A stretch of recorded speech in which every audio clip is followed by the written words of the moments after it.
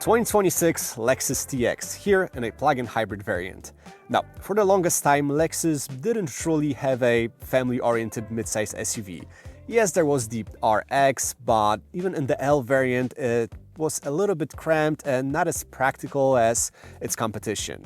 There was also the GX or the LX, but they're more of off-roaders than true family SUVs. So Lexus had to do something about it, as it's one of the most competitive segments in the US, and they designed the TX. So what exactly is this thing? It's a big three-row SUV that sits on Toyota's platform shared with the Highlander or the Grand Highlander, but let's take a deeper dive into technical stuff and see what Lexus did to adapt it to make it a luxury car.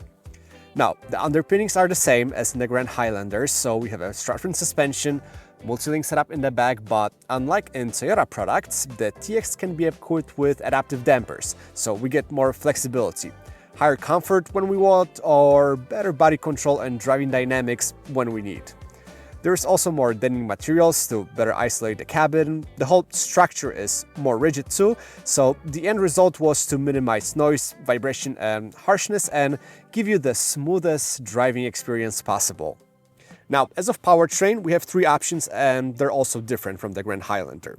We start with a TX 350, which uses a 275 horsepower turbo inline-4 and an 8-speed automatic transmission. Then we have a TX 500H, a 366 horsepower hybrid, but here we have a 6-speed conventional automatic. Finally, there's a top-of-the-line TX 550H Plus that we have today. It's a 404 horsepower V6 plug-in hybrid, which can do up to 33 miles in electric-only mode. This model uses a eCVT and has an 18 kilowatt-hour battery pack. In the 350, the TX comes as a front-wheel drive standard, and we can option it with an on-demand all-wheel drive system. The hybrid and plug-in hybrid come with e-all-wheel drive, so there is no physical drive shaft. The rear axle is only powered by electric motors. Lastly, let's talk about pricing. It starts around $57,000 for the TX 350 and can go up to mid-80s for our tested TX 550H Plus. Now, before we talk what it's like to drive this thing, let's take a look inside and talk about the interior space.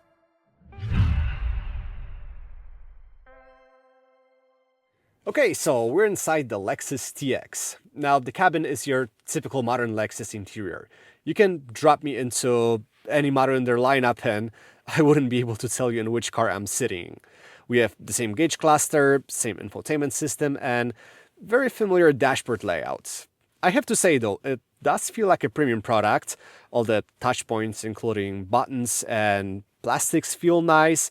There isn't much piano black, and no, it's not at the level of a Mercedes GLS or a BMW X7, but the price tag is significantly lower, and unlike in German competitors, the TX still has a reasonable for 2026 amount of physical controls for things that we use frequently, such as temperature control, volume knob, or a camera system.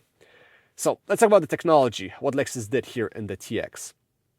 The infotainment system is the same thing that we see in modern Toyota and Lexus products. Easy to use, logically structured, we get wireless phone projection, but one thing I have to say is it doesn't really look or feel different from a RAV4 or a Camry. That's the one area where I wish Lexus did something different and designed more of a bespoke interface for their luxury products.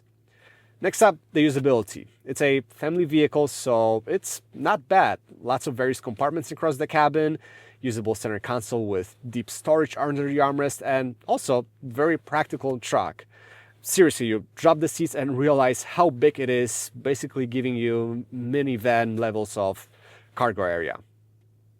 Now, the front seats in typical Lexus fashion are amazing. They may not have plenty of adjustments, but are super comfortable. The driving position is great, and I can't complain about the visibility either. Now, moving to the back, you can choose between a bench or two captain's chairs in the second row. The captain's chairs are manually operated, so that's good.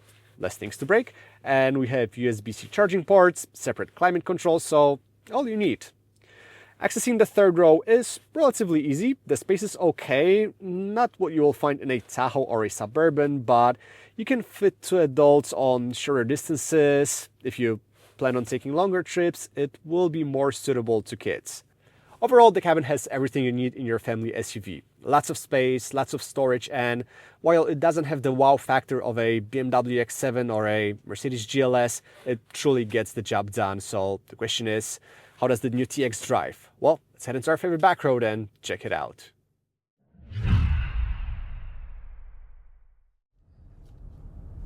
Okay, so we made it to the driving impressions. You're probably here to find out if the Lexus TX is just a fancy Toyota Grand Highlander with nicer styling, a little bit better, more refined cabin. Well, there's so many things that make it different compared to the Highlander or Grand Highlander. First of all, the powertrain. The V6 is only available on the TX, and sadly, it is only available on the top trim. But in my eyes, it is the best powertrain for this vehicle. We have over 404 horsepower on board. It doesn't feel plenty quick. Lexus is not gonna fool you. It's not gonna call it a performance SUV, but you have that nice warm sound of a V6.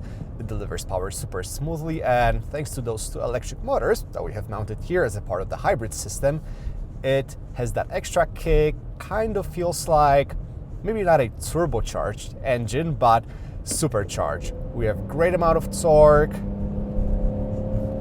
The engine is not annoying with its noise. Yes, we do have an eCVT, but it has that smoothness, that refinement, very low NVH. So that's why if I was in the market for the TX, that would be the first trim I would consider. The 4 cylinders just don't really match the character, and those are the same powertrains you can get in the Grand Highlander. So 6 cylinders, more premium, more refined. If you can, go for it. Now, as of driving dynamics, this is a huge 3-row SUV, and in this luxury trim, which you can only get the TX 550h in, there is no adaptive dampers, no rear wheel steering. Only F-Sport performance handling models have that, so there's gonna be some compromises, but let's see what we can do here. I'm gonna put it into sport mode. It's not gonna change much. Maybe the throttle response is gonna be a little bit sharper, and the engine's gonna make more noise. The car is gonna prioritize internal combustion engine, but it is relatively well balanced.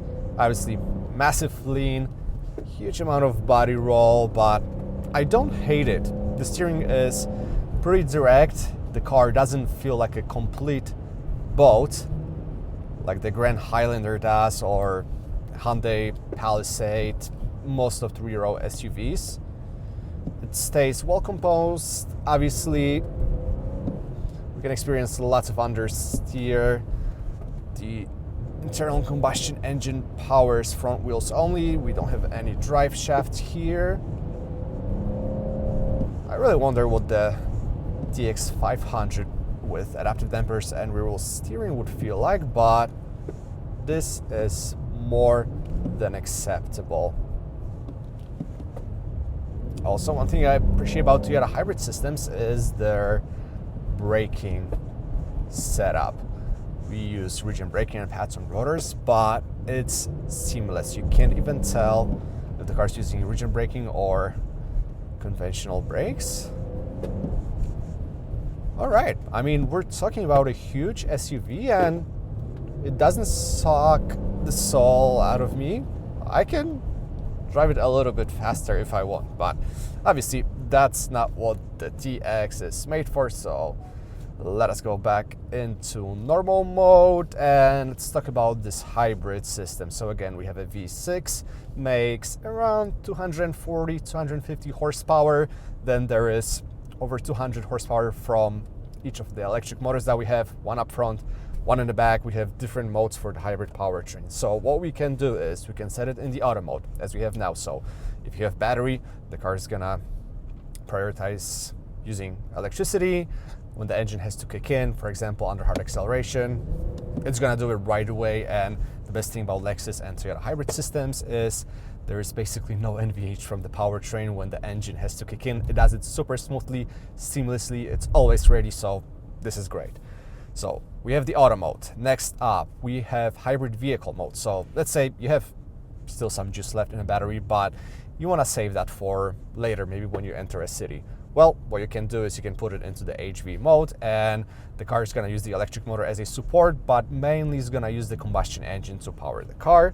Then we can select pure EV mode when no matter how hard, well, no, actually it doesn't work now, but no matter technically how hard we press the accelerator, it should only drive as an electric vehicle. And we also have an option to charge our battery if we hold this button right here. Basically, the internal combustion engine not only powers the car, but it also works as a generator, which is gonna charge the battery. So that's a hybrid system explained. Lots of functions, but after a few days, if you own this car, you'll figure it out. It's not overly complicated. It is Lexus at the end of the day, so great. No complaints about that.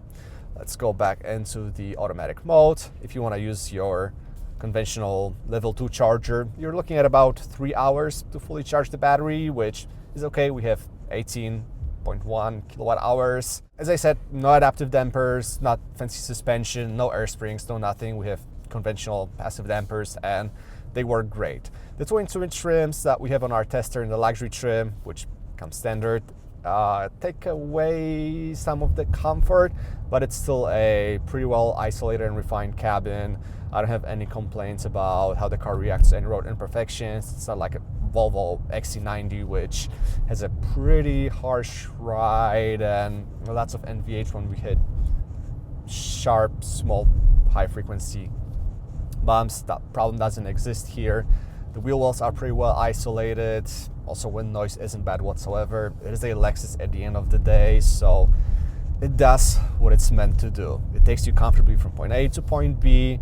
You feel extra comfortable, lots of space in the cabin, ultra comfortable seats, and on top of that, we have Mark Levinson sound system, and it works just great. So yeah, you have to drive the Grand Highlander and the TX yourself to kind of see if $20,000 plus price difference is really worth it. I'll tell you right away, if you compare it to an X7, to a GLS, it's not gonna feel as nice and luxurious and refined, but that's not why you buy a Lexus. You want something that kind of flies under the radar, and it does its job really, really well.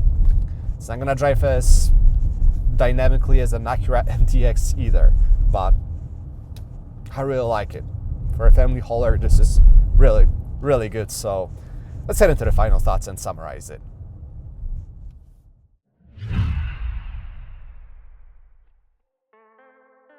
Okay, so let's sum up the Lexus TX. Now, it's a little bit of a mixed bag.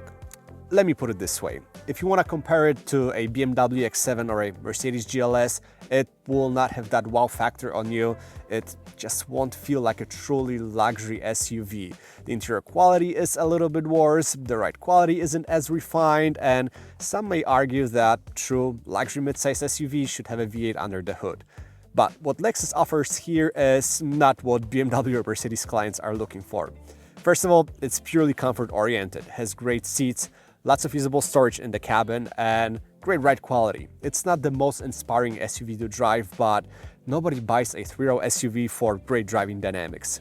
It has a good hybrid powertrain, as with most Toyotas. It works very smoothly. We can get up to 33 miles off range in fully electric mode, so that's a big plus. The cabin is greatly isolated, and when you drive this thing, you just forget about the outside world. It doesn't require you to think, it doesn't distract you with huge screens or ambient lighting. It just gets the job done, and that's what this thing is good at.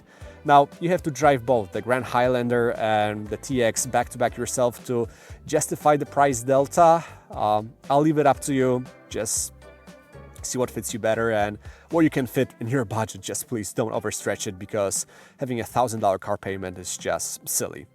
Anyways, if you guys have any questions about this thing, drop a comment and I'll be more than happy to answer them. Thanks so much for watching, and I'll catch you all later.